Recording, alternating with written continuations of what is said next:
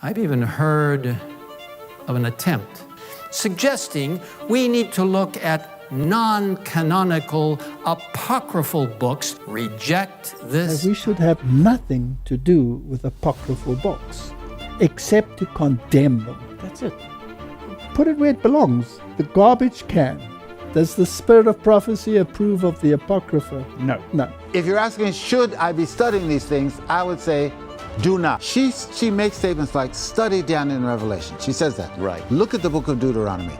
There are certain books she calls out by name. Study those books. That's not said about anything in the Apocrypha. Never. There's no call to study that. So the first thing we kind of have to do is to take a moment to try to look at specifically what Ellen White had to say at all on the Apocrypha. And obviously, this is a topic that for many individuals, it's completely left field. So this is a quotation by Ellen White, which was in a manuscript dated in the early part of 1850. So 1985 was the first time that any Adventist outside of the White Estates really had the ability to freely access this. So just understand that from 1850 to 1985, this was an unpublished, secretly held statement. I mean, secretly held in the sense that if you knew about it and could request it, then sure, but no one was going to tell you it existed for you to learn to request it, to see it. So that's kind of the trick. Now, of course, all the writings are published online on the E.G. Writings website. His question is that if he has the right conclusion to study the Apocrypha, as there's a reference in the Spirit of Prophecy in regards to Sister White, one time saying that she had seen the book of Apocrypha, a book of Apocrypha as one of the hidden books. So she writes, I then saw the word of God, pure and unadulterated, that we must answer for the way we received the truth proclaimed from that word. I saw that it had been a hammer to break the flinty heart in pieces and a fire to consume the dross and tin, that the heart might be pure and holy. I saw that the Apocrypha was the hidden book, and that the wise of these last days should understand it. I saw that the Bible was the standard book that will judge us at the last day. Okay, well, that's a lot, right? And so in 1985, that was like the only statement one had from Ellen White. Does it mean that we should understand the Apocrypha, or does it mean that we should know that these books are spurious and that we should leave them alone? That's how I understand it. Then Arthur White also cited that there was an early testimony about Ellen White by witnesses in around this period, in which they said that she was in the home of a Adventist or Millerite family, and they had one of the new Bibles, one of the new King James versions, that was missing the Apocrypha. It did not have, quote unquote, the hidden book within it, as most King James Bibles did.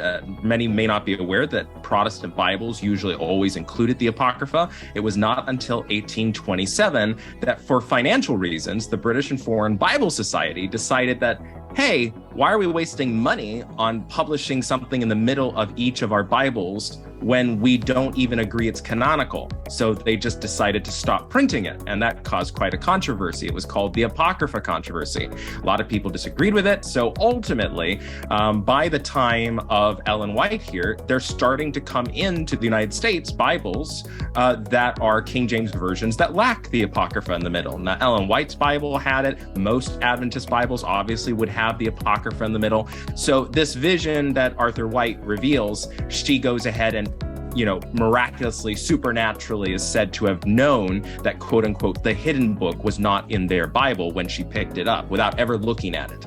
And so the witnesses said, wow, it's amazing.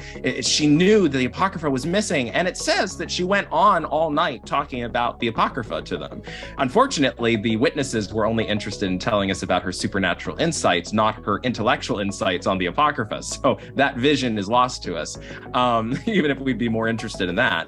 But nonetheless, in 1985, we were aware, okay, there was something about the Apocrypha and Ellen White.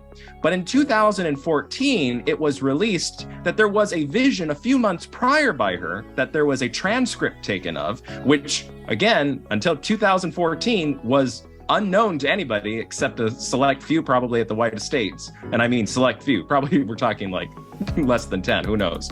And it was an early account in 1849, and we're going to take a look now at this. Remember, this is before the last quote, right? So maybe we gain some context from this vision that helps shed light on the other vision.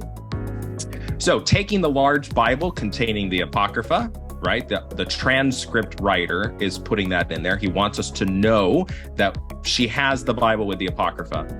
And he says, pure and undefiled. This is Ellen White writing. I mean, not writing, but speaking. Pure and undefiled, a part of it is consumed. Holy, holy, walk carefully, tempted. The word of God, take it, she says to Marion Stoll. Bind it long upon thine heart, pure and unadulterated. Oh, remember? In the other vision, word of God, unadulterated. That was both said together. How lovely, how lovely, how lovely. My blood, my blood, my blood. Oh, the children of disobedience, reproved, reproved. Thy word, thy word, thy word. A part of it is burned, unadulterated. A part of the hidden book. A part of it is burned, the Apocrypha.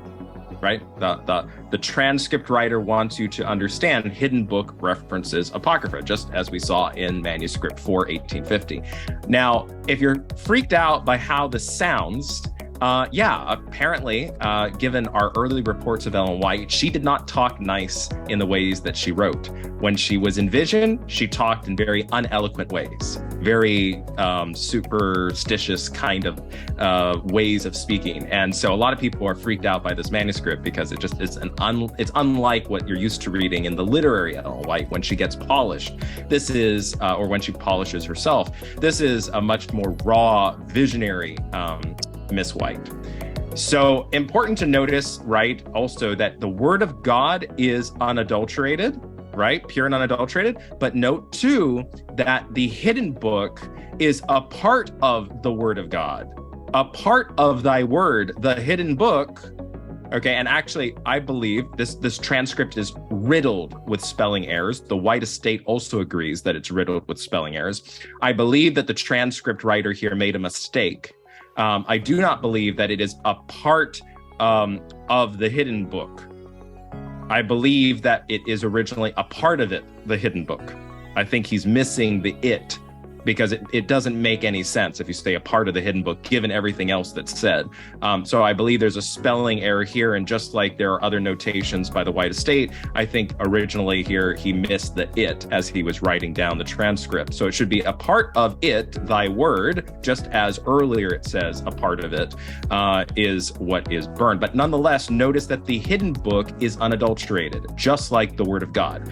It is not that this is an adulterated part of the Bible that's burned. It is unadulterated. It is equal to the word of God in its description. Those that shall, this is the next paragraph following, those that shall despitefully tread, and the White Estate includes this correction that they think the transcript writer meant to put a T, not a D. Those that despitefully treat that remnant, yes, remnant here is referring to the Apocrypha, not Adventists or Millerites. We're dealing with the Apocrypha as that remnant of the Bible. Those that shall despitefully treat the Apocrypha would think that they are doing God's service. Why? Because they are led captive by Satan at his will. Hidden book, the Apocrypha, it is cast out. And this seemingly would be a reference to the British and Foreign Bible Society in 1827 deciding to remove the Apocrypha from the Bible. So Ellen White here is coming out basically and saying, I think that Satan was behind the British and Foreign Bible Society's decision. This is also ironic because almost every single Adventist ministry that has currently in the last year or so commented on the Apocrypha and Ellen White, or the Apocrypha in Adventism, almost all of them state that the 1827 decision by the British and Foreign Bible Society was a blessing from God. Oh, it was so good. I'm so glad they got common sense. They took away these books. Thank goodness. You see, the Old Testament Apocrypha were also included in the original King James, but the Protestants came to their senses and removed them. Correct. It absolutely has no place in the Bible. Of course, there were many writings that were swirling around. Many of them were obviously fraudulent, Some of those were dabbled with for some time, and then over time the church came to its senses and said, no, we want to reject some of those. Right. And it's ironic, of course, because Ellen White's comment here would condemn those ministries as being led by Satan's thinking. Ironic, right? If you don't know, what was that statement by Ellen White? The only thing we have to fear is if we don't remember our history, because then we find out we run into these weird paradoxes. Hidden book, it is cast out. Bind it to the heart. And 4 times here is just because it would sound ridiculous, but ultimately when she was in vision, she's going, bind it to the heart, bind it to the heart, bind it to the heart, bind it to the heart, bind it to the heart, bind it, bind it, bind it, bind it, right? You can imagine this Ellen White. She's holding this thick family Bible. Now she's pushing it onto Oswald's stole. Let not its pages be closed. Read it carefully. Snares will be set on every side. Take the straight truth. Bind it, by the way, that straight truth notation there is also an allusion to the Apocrypha. There's a statement in 2nd Esdras that connects with that. Bind it to the heart, bind it to the heart, bind it to the heart. And then it ends, let everything be cast out. Now, again, I think there's a spelling error here as well. I believe that what should be there is a missing S. And when he was writing it out, the transcript writer, he forgot the S when he was writing lest, because it does not make sense to say, let everything be cast out. That's the thing that is what she's condemning as satanic. But if you put an S there and it's now lest everything be cast out, now that matches what Ellen White has to say in her later writings when she says, make sure that nobody has the right to decide what is inspired and what is not inspired in the Bible, because otherwise you become the arbitrators of truth and you could throw out Daniel and Revelation. You could decide what books go in and out. So it makes a lot more sense with the trajectory of her later thinking in her life that it was lest everything. She's basically making the argument that if the Apocrypha can get decided to be removed out of your King James Bible, the next books could be Daniel and Revelation. So this is a very reactionary kind of defense mechanism that Ellen White is employing here out of fear that the Bible is soon to start having like a slippery slope effect. Even though that didn't happen, obviously, most Christians did forget, most Protestants did forget that the Apocrypha was even a real thing in their Bibles by like the 1890s, 1900s. People were forgetting. By 1930, one writer said, nobody really remembers. It's just some weird books they see in their grandparents' Bible. And look, today we're even shocked. So the word apocryphal, it can sometimes just mean the what they call the intertestamental books that you would find in the Catholic Bible. You would have Maccabees. Some of them might have great information. Some of them might, you can read Aesop's fables and get some good moral stories, but it doesn't mean they're the Word of God. So there might be some valuable lessons in some of the apocryphal books, but I wouldn't classify them as the unerring Word of God. So if we go back to that 1850 vision, we notice that Ellen White describes the Word of God unadulterated, and then she describes 2 books after that, the Standard Book and the Hidden Book. And so one way to understand the 1849 vision and the 1850 vision together as a cohesive whole is to note that if the Apocrypha as the Hidden Book, right, is unadulterated and a part of thy word, and the Bible is obviously the Word of God, then what we have here is a scenario Ellen White paints in her 1849 and 1850 visionary experience. And remember, these are visions, not just her writing down some random transcript. You've got the Word of God, and then under the Word of God, you've got these 2 things, the Standard Book and the Hidden Book. They're both the Word of God, but the Standard Book is what judges you, the 66 books. And the Apocrypha is for the wise of these last days. So special material that is beneficial and is inspired, but not necessarily required for salvation, right? You see this interesting balancing act.